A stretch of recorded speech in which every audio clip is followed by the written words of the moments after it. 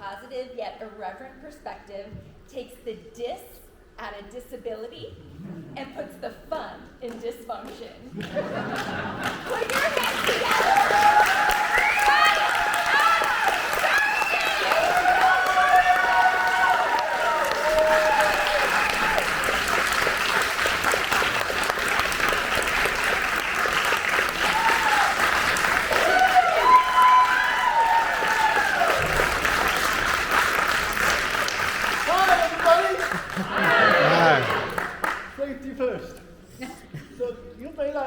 By looking at me. But believe it or not, I went skydiving. Now, I know what you're thinking. No, skydiving did not put me in the chair. I was already in the chair when I went skydiving. So now you may have some questions. Who in their right mind would let someone in a wheelchair go in a plane, perfectly good plane, go above 10,000 feet, and willingly be pushed out? And that person is my cousin Matt Searcy, who I'm telling the story for tonight. Matt and I, we went on all kinds of adventures. He took me surfing, he took me scuba diving, he even took me on his motorcycle. Oh my God, that was fucking scary.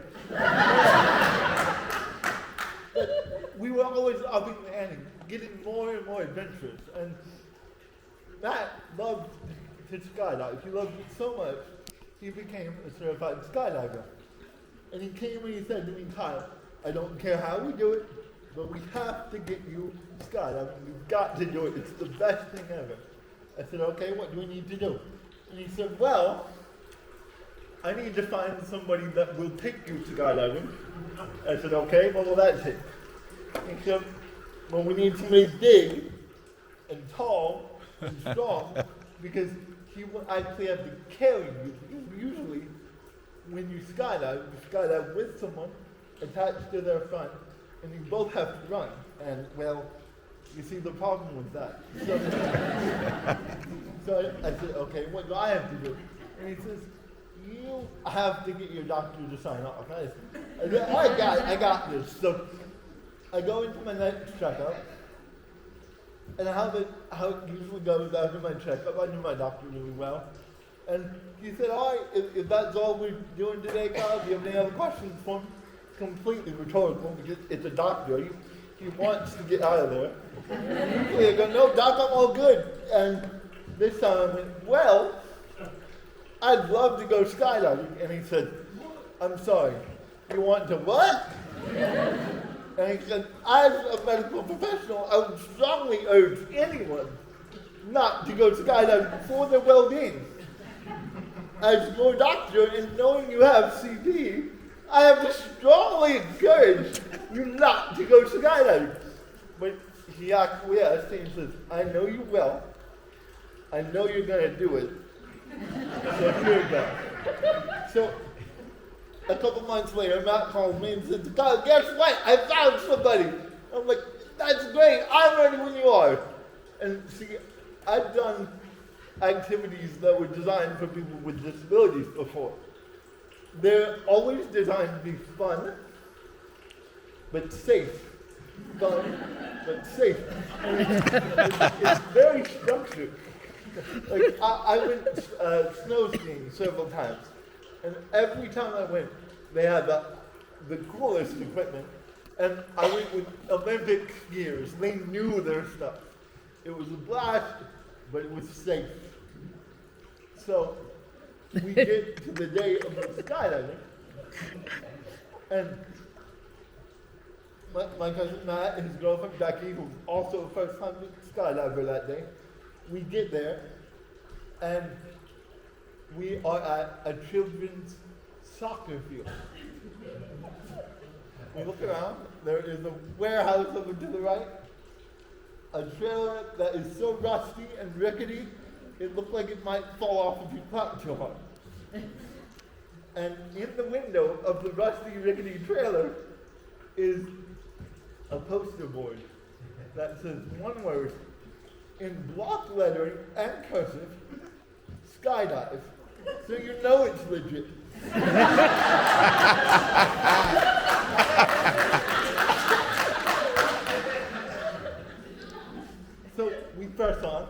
get to the trailer, steps up to the door, great for accessibility, and Becky goes in, Matt goes in, and I wait out for a bit, and I'm all excited. I'm thinking how they're going to pump me up, and they're going to be so happy and friendly. And Matt comes back out, and a man follows him.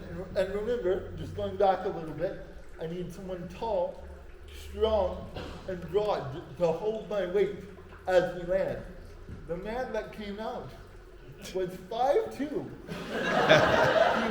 He was as thin as a rail and looks like he could be blown over by a light gust of wind. And to make matters even better, he looks over at me and he says, "Shit, hot damn, he's in a wheelchair." And goes back in the trailer. And Matt and I were sitting out there, we're stunned. Becky's already in the trailer getting suited up, so she's already going skydiving. And before we can leave or do anything, the guy comes back out, and he has his paper with him, and he says, "Sign this. It says that we did not give you your disability. You had your disability before you came on the premises." So I said, "Okay, it sounds great." And he says, "Now, can you lift your legs?" And I said, "Not well." Why? And he's like, "Well, you need to be able to either lift your legs off the ground or run. Can you run?"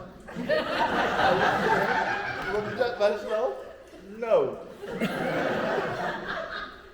And he says, "Well, let me see." And I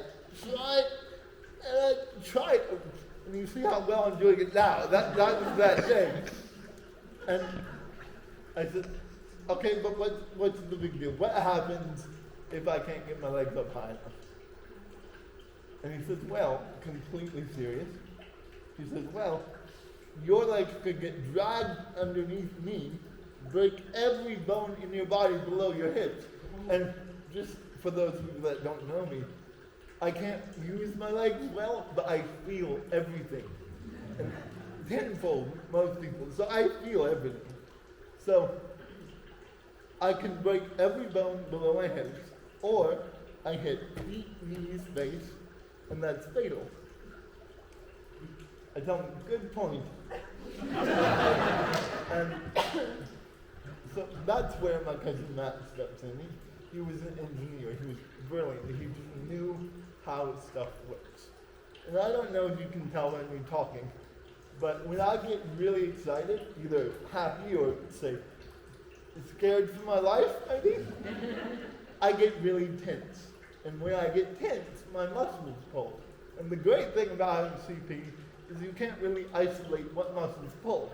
So if one group pulls, the others will pull with some assistance. So my cousin gets the idea to wrap my legs in a cargo strap that you would maybe strap down a box to a car. And he said, "Let's get cargo straps." So they go get a cargo strap.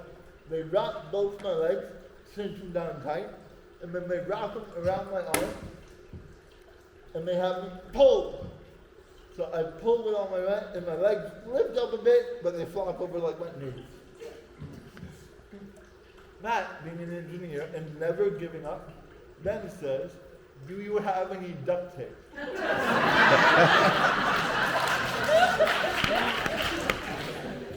And the poor guy, he looks at me. "Yes." And they get the duct tape, and they duct tape my entire lower body from my ankles to my hips. I am a log of duct tape. And then they strap back onto my legs, wrap them around my arms, and I pull with all my might, and I get it just chest tight.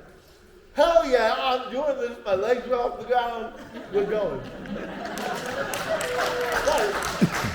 But safety first, just to be sure, I asked him, "Now that I got it right, seriously, what is the likelihood of this going wrong? Again, dead serious. He says 85%. I looked at my brother Matt, he looked at me. Hell yeah, let's go. And I'm up at the plane, his girlfriend Becky is with me. We're joking around with the instructors until we get to 10,000 feet. And they open me, and they swing my legs out, and I just see the ground yawning before me, way down below, and I black out. And I come to, and I'm falling. But I'm falling so fast that it's like I'm transfixed in the air, not moving. And it was so beautiful. The wind was blowing in my hair, and I could see the sun on the water, and it was just the most transcendental, beautiful experience of my life. And he pulls the chute, and oh my God, thank God it opens. And I just see the waves on the beach, and I see cars below, and there's a patchwork of green and yellow below, and I'm just taking it all in, and the waves going back and forth against the rocks, which are getting bigger and sharper and bigger. And oh fuck, I gotta grab the strap, I gotta make sure my legs don't hit the ground. This is the first time that I've been okay with being in control of my body, which I am not. And they asked me to be in control of my body, so I am freaking out. And we're going down, and everything goes down to this one moment. My feet, getting my feet in the right place. And I pull up, and I hold it for about 10 minutes as we go down. And there's a guy on the ground, the guy that tightened the parachute, luckily successfully. And he's running on the ground, like he's running for the final football pass of the game to catch my feet. And my feet land in his hands like an open book. He lowers me down gently, no broken bones. And my cousin, yeah.